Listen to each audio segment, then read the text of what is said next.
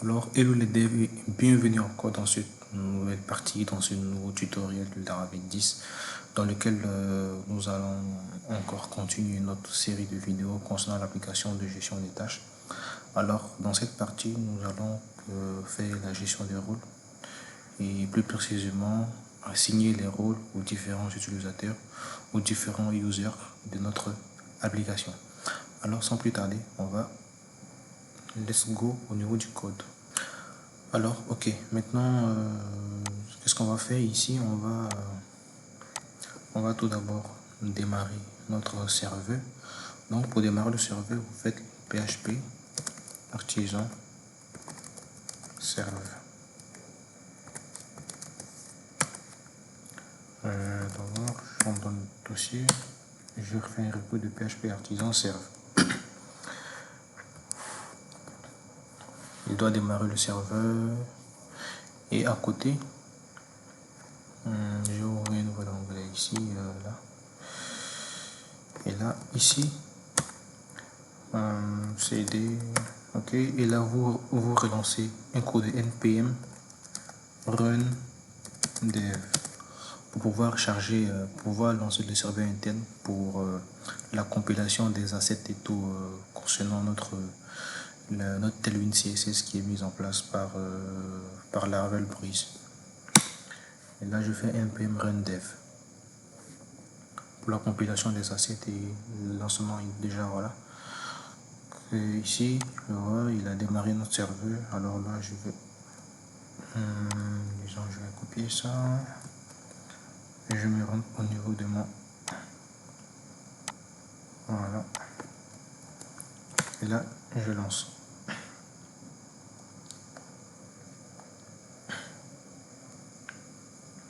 Ça bidouille un peu, mais là ça doit venir. Et là il me redirige directement vers login, la page de login. Pourquoi?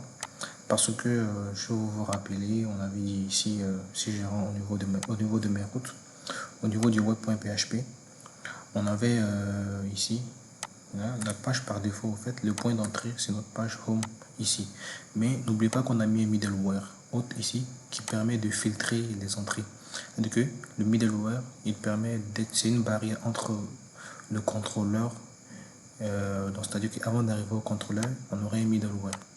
Vous voyez, donc on a mis un middleware qui permet de dire que si je ne suis pas connecté, on n'aura pas accès à cette vue là. Donc ce qui fait que comme que je ne suis pas connecté, il me redirige directement vers login ici. Voilà, donc là je vais me connecter avec cet identifiant là et tout. J'ai un problème, je veux le password.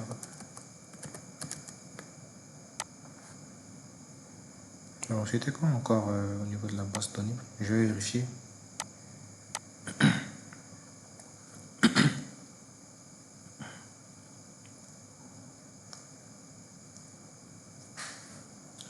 En attendant, je vais vérifier qu'est-ce qu'il se passe.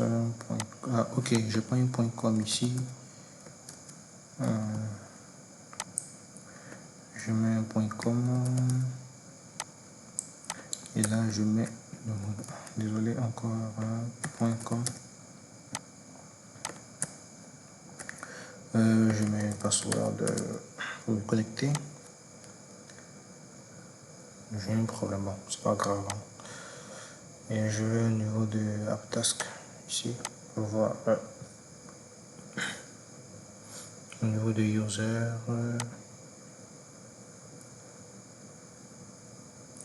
Ah ok, donc c'est Momo machin truc là, ok.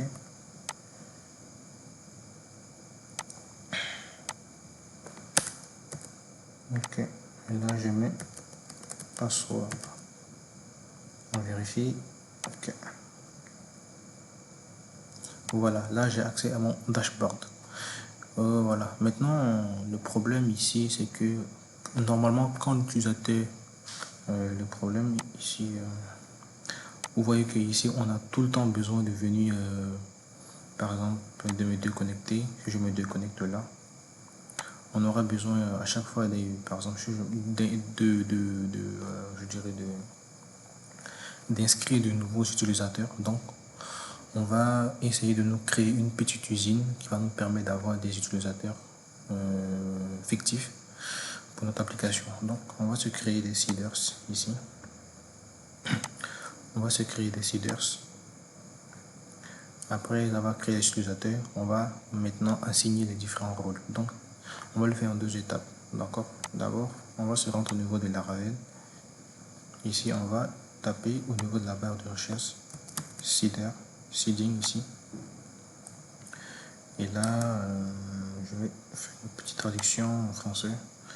Ici, voilà. On dit pour générer un seeder, exécuter la commande make 2.seeders, commande d'assurance. Donc là, on va se créer un seeders ici.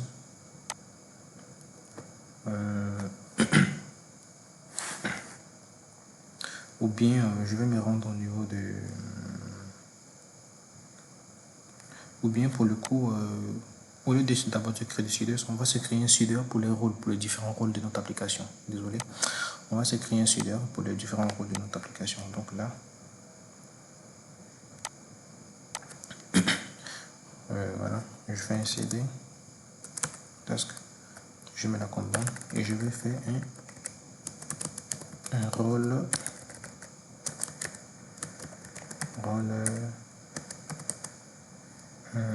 seeder.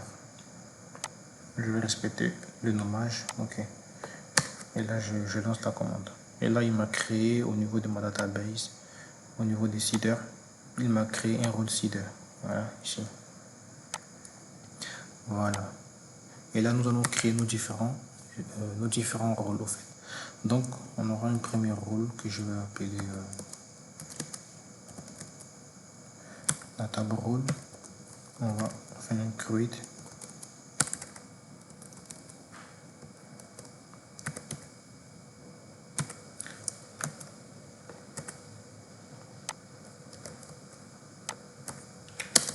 Donc, on va créer un premier rôle qui va s'appeler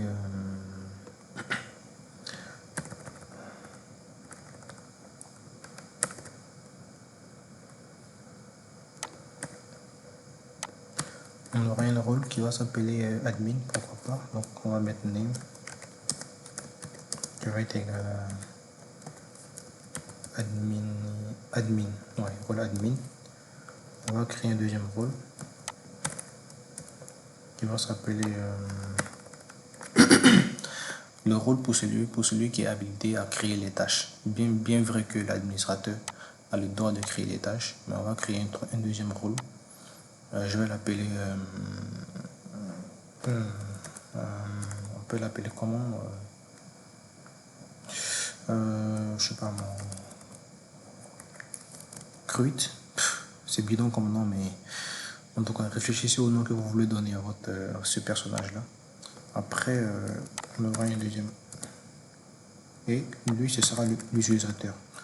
Donc on va mettre user. Donc ça sera l'utilisateur lambda et tout. Voilà. Et une fois que c'est bon, ici on a créé nos différents rôles au niveau de la base de données. Donc pour cela, après cela, avant d'exécuter, avant de seeder tout ça, on va se rendre au niveau de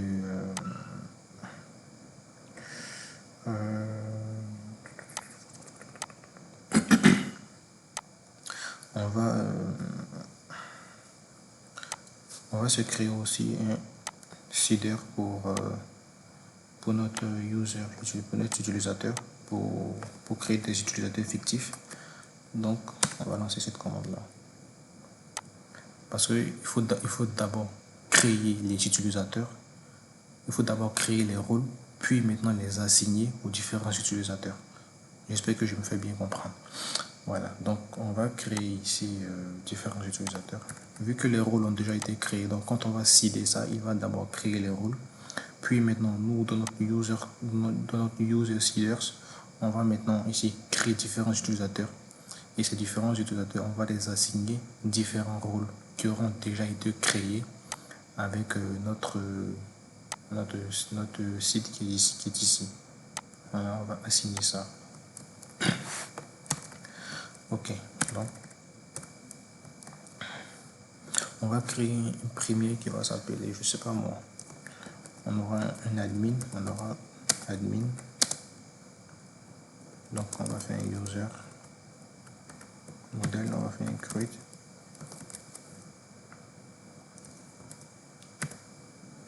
on va lui donner un nom,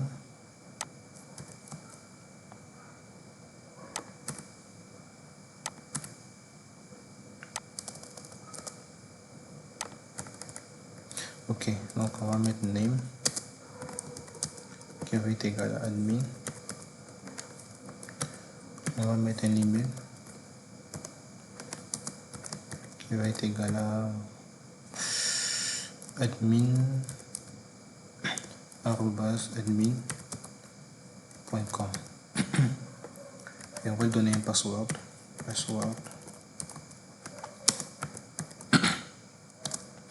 qui va être égal à, je sais pas moi, on va utiliser le H, je pense que le H manque, hein, voilà, la façade H, 2.2. Make, qui prend un paramètre, non, donc on va mettre password, qui va permettre de hasher, pour faire le hashing du mot de passe en fait, voilà, donc on a créé l'admin qui est là, on va créer un nouveau utilisateur qui va s'appeler le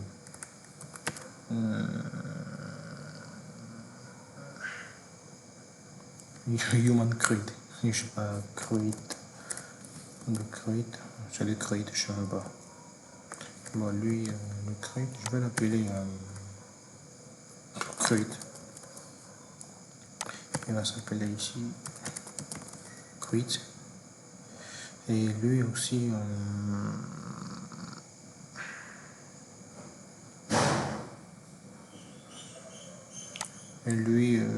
on va l'appeler aussi create.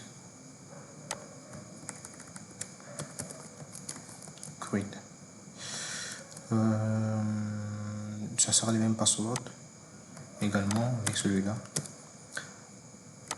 Celui-là, on va l'appeler, ça sera le user. On va mettre user. Bon, c'est des trucs bidons, voilà. Désolé, c'est pas ici, c'est ici. Ici, c'est name. C'est name. Ici aussi, c'est name. Il s'appelle user utilisateur. User. Ok. On va mettre user.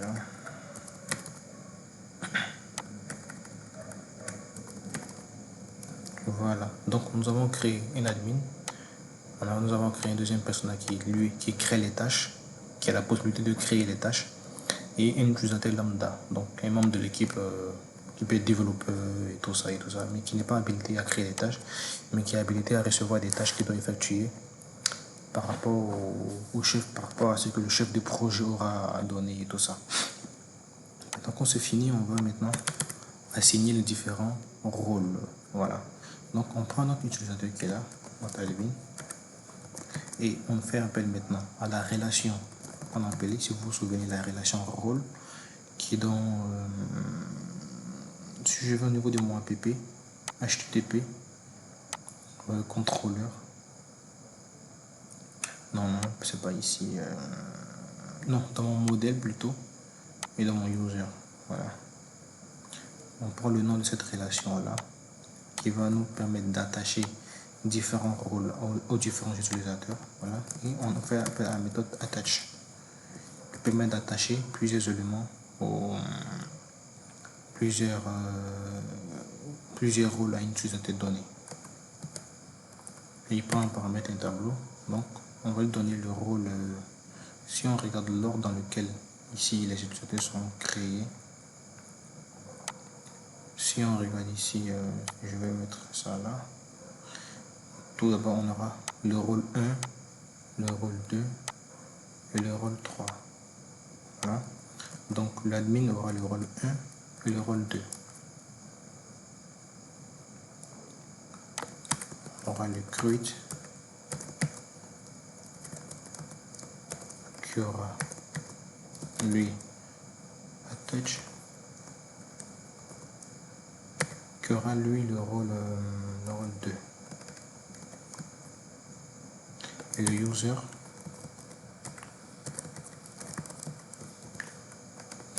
aura juste le rôle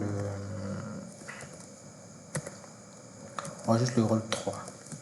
Une fois que c'est fait, on va essayer de maintenant de seeder tout ça et on verra ce que ça va donner. Voilà, donc qu'est-ce qu'on fait? On crée différents utilisateurs ici. On crée différents utilisateurs fictifs auxquels on rattache des rôles aux différents utilisateurs là. Donc l'admin il a le rôle utilisateur, il a le rôle admin et le rôle de celui qui peut créer aussi. Et aussi on a le rôle du créateur lui-même qui est le rôle 2 et l'utilisateur lambda qui a juste le rôle de user. Il n'y a pas de problème à ce niveau. Voilà, donc l'ordre dans lequel les différents, donc on aura d'abord les rôles qui seront créés, ensuite on aura d'abord les rôles qui seront créés, ensuite les utilisateurs, puis maintenant l'attachement de ces différents rôles à ces différents utilisateurs là. Donc si je retourne au niveau de la documentation, qu'est-ce qu'on me dit ici? Voilà, vous pouvez exécuter la commande artisan pour amorcer votre base de données. Par défaut, la commande exécute la classe qui peut à son tour appeler d'autres classes d'origine cependant, voilà, et tout ça. On fait ça, PHP artisan 2.seed. Voilà, ça. Et là, vous voyez, on a dit seeding database. Et là, si je retourne au niveau de ma base de données, si je rafraîchis,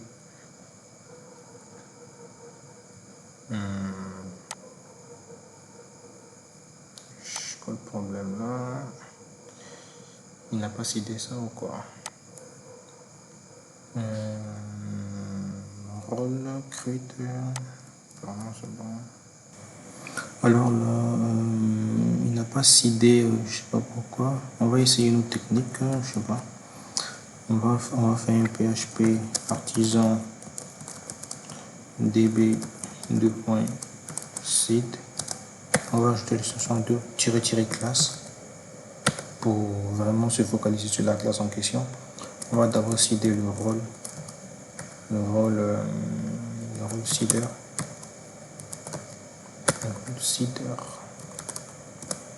On va essayer de faire ça. On va vérifier au niveau de la base de données. La base du rôle. Ok, ça passe. Donc il a créé nos différents utilisateurs, nos différents rôles, le rôle admin, le rôle create, le rôle user. On va essayer de céder aussi la partie pour le user aussi. Comme ça, il nous crée user seeders. Et là, c'est bon. Si on vérifie au niveau du user, et là, il nous a créé les différents users. Donc, on a le name, admin, create. Et si on regarde au niveau du rôle user, et on voit qu'on a les différents attachements. Donc, on voit que l'utilisateur 1 a le rôle, l'admin a le rôle 1, il a le rôle 2, l'autre a le rôle 2 et l'autre a le rôle 3. Et c'est bon, impeccable. C'est impeccable. Alors, on va essayer, je vais retourner au niveau de l'application, là, et je vais essayer de me connecter avec l'admin. admin.gmail.com.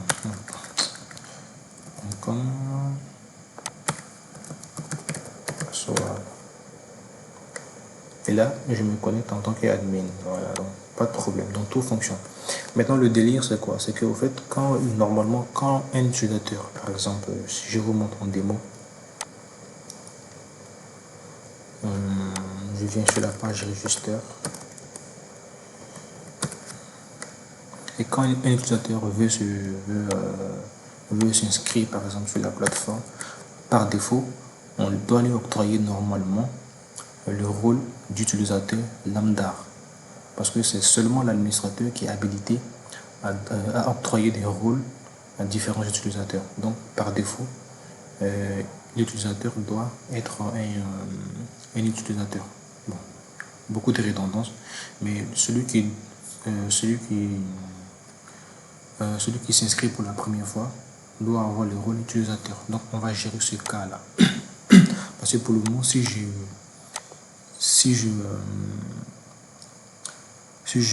j'inscris par exemple un utilisateur, vous verrez qu'il n'aura pas de rôle. Donc ce qui n'est pas top. Donc on va gérer ce cas-là.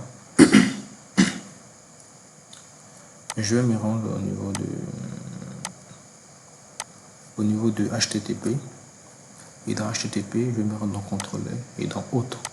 Puis dans autre, on va se rendre dans la partie register, la partie qui gère la création d'utilisateurs. Vous voyez que, voilà, si vous vous rappelez la façon dont on a créé l'utilisateur, voilà.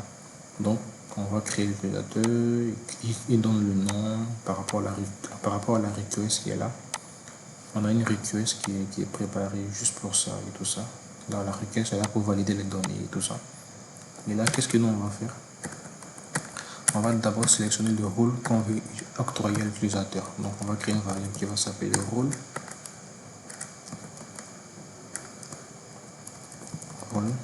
qui est égal à. On va utiliser notre modèle rôle là-dessus. On va faire un select.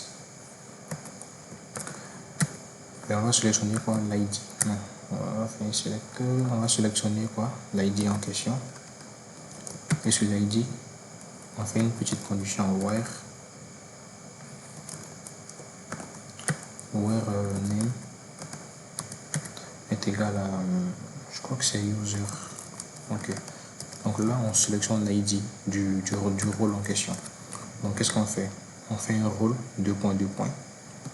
On appelle, je vais appeler par rapport au modèle, le coin et tout ça. On fait un select, on récupère l'ID et on ajoute une condition. On veut que l'ID en question soit là où le name est égal à users. Une fois récupéré, on fait un user. On appelle la méthode rôle, la relation rôle sur lequel on fait un attach. Et on lui passe en question et on lui passe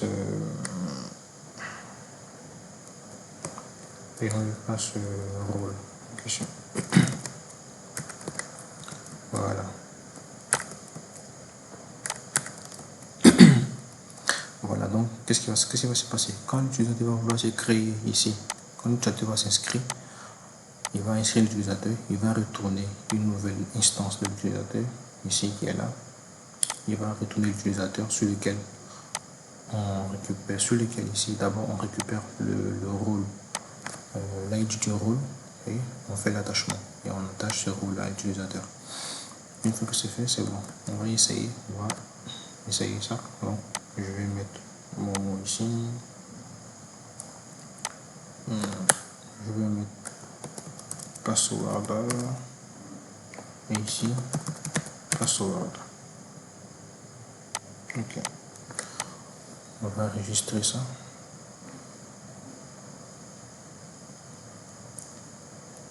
Ok. Là, il a un problème. Il me dit quoi? Insert value list does not column list. Column doesn't match. Machin truc. Ici, là. Ok. Je vois. Je pense qu'il a quand même un tableau en fait.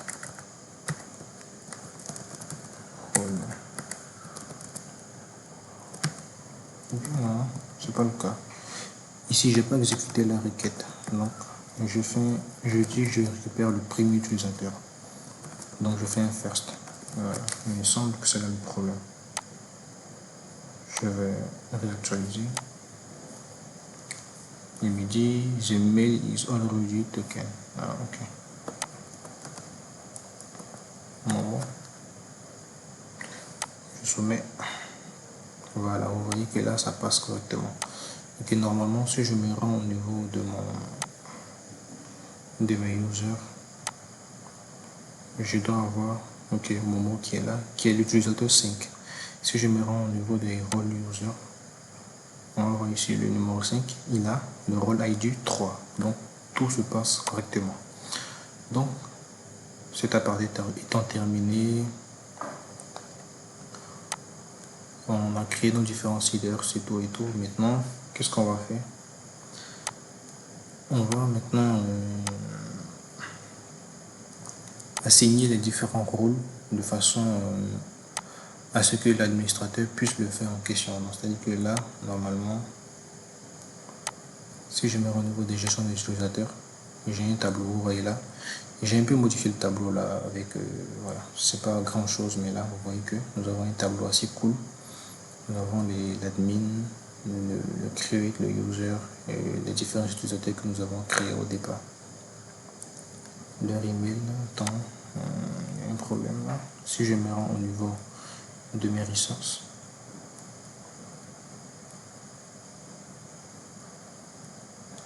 au niveau des ressources, au niveau de view, au niveau de admin, au niveau de là, ici, il faudrait que je mette le name.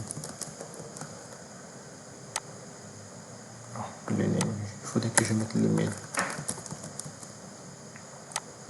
Voilà.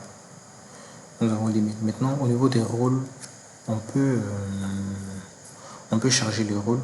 Si je viens au niveau de la Laravel ici, je vais mettre with, je ne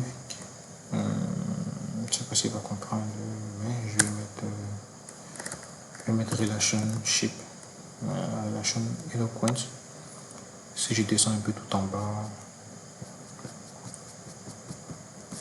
ça va être un peu long. Je vais sélectionner là, many to many. Si je viens là, on a une façon de précharger directement les relations. Many to many. Avec le with.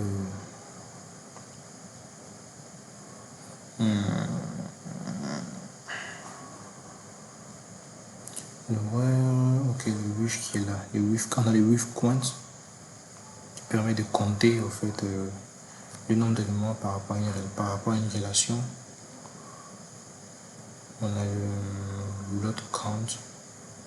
On a l'autre count.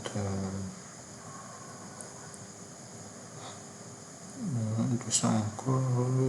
Voilà. On a les with qui est là qui permet de recharger, qui permet de charger une relation en fait. Donc c'est ce que nous allons utiliser là.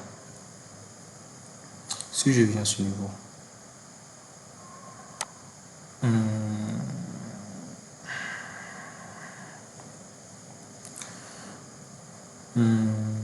je viens à ce niveau, au niveau de mon contrôleur, je viens au niveau de l'admin contrôleur, là, ici. Au lieu de faire ça, au lieu de faire le all, je fais un with. Vous voyez? Et directement, il me demande le nom de la relation. Je mets la relation qui va s'appeler rôle avec S, bien sûr. Je crois que c'est comme ça que je... Ok. Rôle. Voilà. Vous voyez que là, maintenant, pour cela, je fais juste un get pour exécuter la requête. Voilà. Et j'exécute cela. Et je récupère tout. Je le mets au niveau de mon... Je le passe à ma vue, au fait. Voilà. Et je peux le récupérer ici, à ce niveau-là. Et normalement, ici,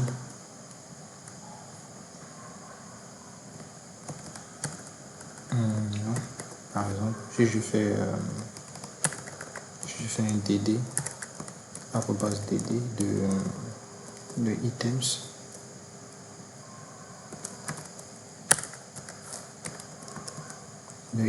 et je la relation rôle en question, normalement, j'ai pas de problème, vous voyez que là, et j'ai différents modèles à ce niveau-là. Vous voyez, la recharge de 2 éléments, vous voyez, avec différents attributs et tout ça. Vous voyez là, l'outil de name create et tout ça, En tout cas, c'est ce qu'on a pour le moment. Et là, si je fais par exemple name, il semble que je n'ai pas de problème. j'aurai un problème parce que, en fait, c'est une collection d'instances. Donc, c'est un tableau. Donc, il va falloir le parcourir, en fait. Donc, voilà. Et j'ai fait un for riche. Je fais un for riche.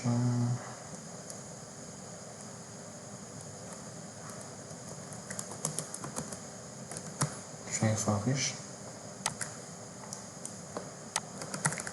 Et là, j'appelle ma item.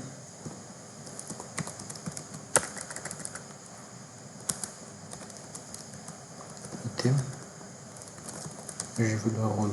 Et ici, là, directement, je vais l'appeler ici rôle. Et là, je fais ici rôle. Et dessus, je veux le name. Voilà. Vous voyez que là, celui-là, il a beaucoup. On en a un qui n'a pas de rôle, c'est normal parce que je pense on avait inscrit un autre, donc je vais le supprimer, je sais pas sur lequel. C'est le quatrième en fait. C'est pas grave, je vais le laisser parce que lui n'a pas de rôle en fait, quoi, c'est pour cela.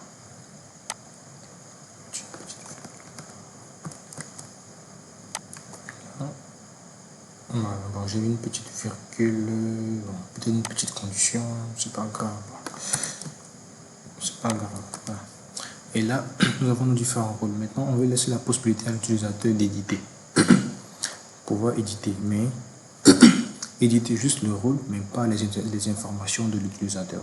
En fait, le fait passer de l'utilisateur à admin, de create à user et tout ça. Donc pour cela, on va venir au niveau de notre web.php. Tout d'abord, de notre route ici, notre web.php, de notre web.php bien sûr. Et juste là, on va se créer une nouvelle route. Deux routes, je dirais même. Voilà, deux routes. Ici, on aura un user /edit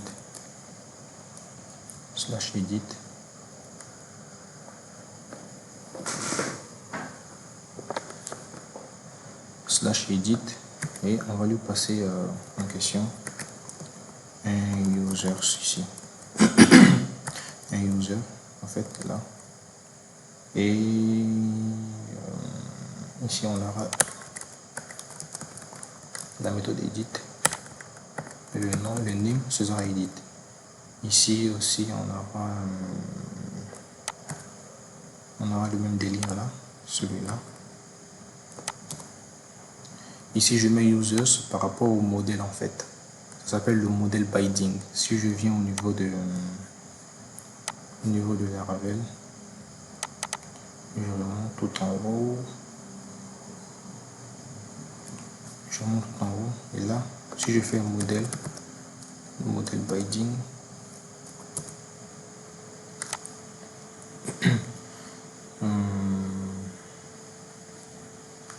c'est plutôt avec les routes. Je sais pas si je vais le voir ici. Là, c'est un peu.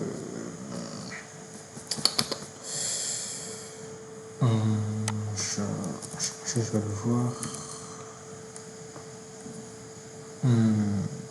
En tout cas, c'est dans la documentation. Ok. Je retourne au niveau du code. Et là, j'aurais pu passer directement les ID. Hein. Ça pose pas de problème. Mais je préfère plus cette méthode-là. Bon, en tout cas, c'est ma manière à moi. Je passe directement, je charge, ça va directement charger le modèle en question et je pourrais directement faire le traitement.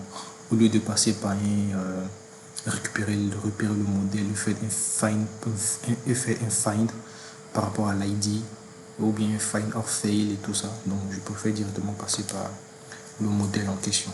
Donc il va précharger directement le modèle par une injection de dépendance quoi. Pas une injection, une injection. Ok. Et là, c'est bon, je vais appeler la méthode update. Et là, ça va s'appeler update. Ok. Et là, on aura la méthode get. Et là, on aura la méthode post. Voilà.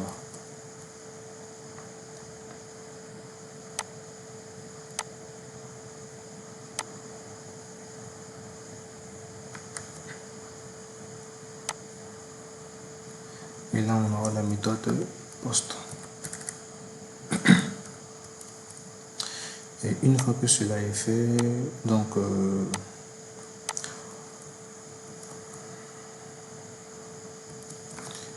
une fois que cela est fait, qu'est-ce qu'on va faire? On va maintenant se rendre au niveau de notre ici de notre page ici, au niveau du lien, on va lui passer route.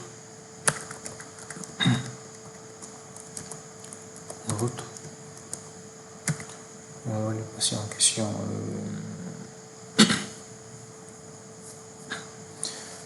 ça sera admin.user.edit. Voilà. Et pour cela,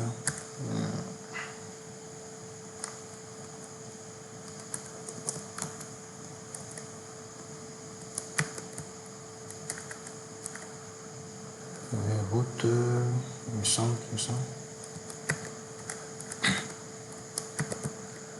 Et là, je vais lui passer l'information en question, donc je vais lui passer un user. Je pense que c'est user avec un RO, user sans R ici. Ok, c'est ça, user. Et je lui passe en question l'identifiant de l'utilisateur. Et je lui passe l'identifiant de l'utilisateur qui est, il me semble,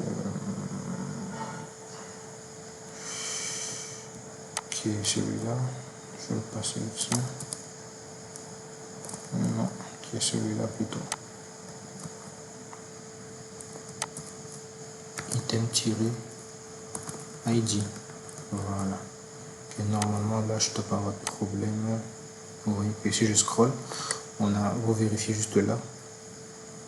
On a admin slash user slash edit slash 1 slash 2 slash 3 4 5. Voilà, ça passe. Maintenant, si je clique à ce niveau, il faudrait que dans mon modèle user qui est là, dans mon contrôleur, j'ai une méthode ici qui s'appelle edit public function edit. Voilà, et pour cela il faudrait que ici je lui passe directement le modèle user.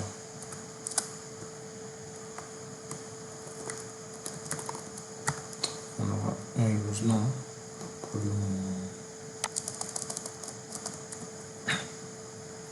Oui, c'est bon, pas de problème. Et donc pour cela, j'aurai besoin ici de passer directement l'user. Et par rapport à la gestion de demande, il va directement charger le modèle en question. Donc c'est que je n'aurai pas de problème à ce niveau. Vous voyez? Voilà. Donc vu que c'est bon, je fais quoi? On va juste faire un return ici. De cette fois-ci de edit. Et je lui passe directement mon user. C'est-à-dire que je ne fais plus de soi-disant, par exemple, user 2.2.find. Et directement, je lui passe l'ID en question et tout ça. Je ne passe plus par là. Je passe par ça directement par l'injection. Directement, il me charge le modèle et il me charge l'utilisateur en question. Donc, ça m'évite de... Voilà quoi. Ici, je vais essayer de changer la relation pour voir les différents rôles au fait. Donc, je fais un load et je change rôle en question. Voilà, c'est bon. Une fois que c'est bon, normalement, là, quand je clique, il va me donner une erreur. Il me dit qu'il ne connaît pas Edit. La page Edit, c'est normal, vu qu'on ne l'a pas créé. Donc, on va se rendre au niveau de là. On va se créer une page. Pas à ce niveau, ici, à la partie utilisateur, user. On va se créer une edit.bleed.php. Et pour le coup, je vous l'ai mis dans dans la description. Donc vous rentrez sur le GitHub qui est dans la description. J'ai déjà créé la page qui va te permettre de faire cela.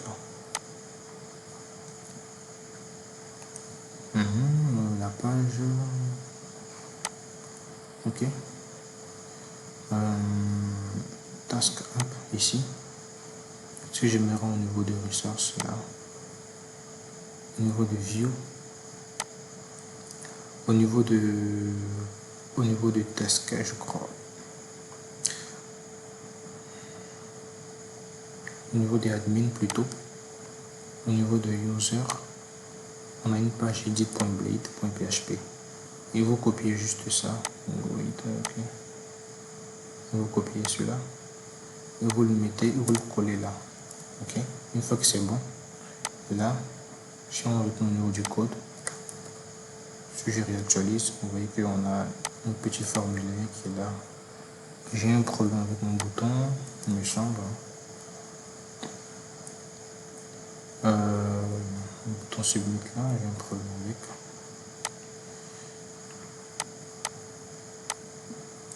Éditer.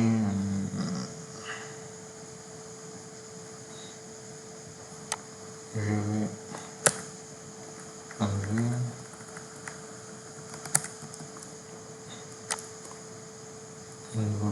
Voilà, éditer. Je vais juste ajouter un petit style, classe. Je vais lui mettre un background blue, -500, pourquoi pas. Background blue 500, pourquoi.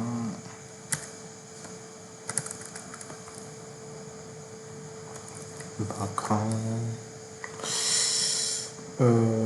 red 500. Bof. Je sais pas pourquoi il prend pas le boulot là, ou je vais mal écrit, je sais même pas.